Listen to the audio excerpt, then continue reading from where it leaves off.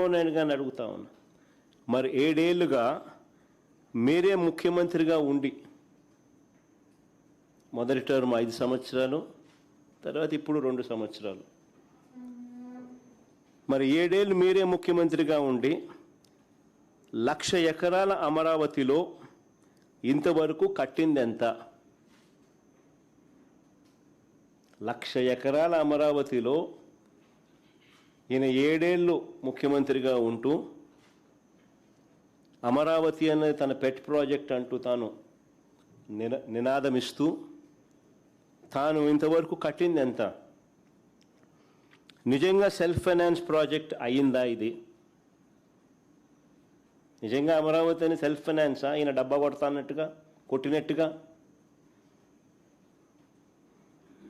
ఏ దేశం పోతే ఆ దేశం బొమ్మలు ఈయన చూపిస్తాడు. ఏ దేశం ఈయన పోయినా ఆ దేశం బొమ్మలు చూపిస్తాడు. చూపించి అదిగో ఇదే అమరావతి అని అంటాడు. మరి ఎంతవరకు వచ్చిందని అడుగుతా ఉన్నా. ఆ దేశాలు ఇక్కడ ఏమైనా కనపడుతున్నాయా?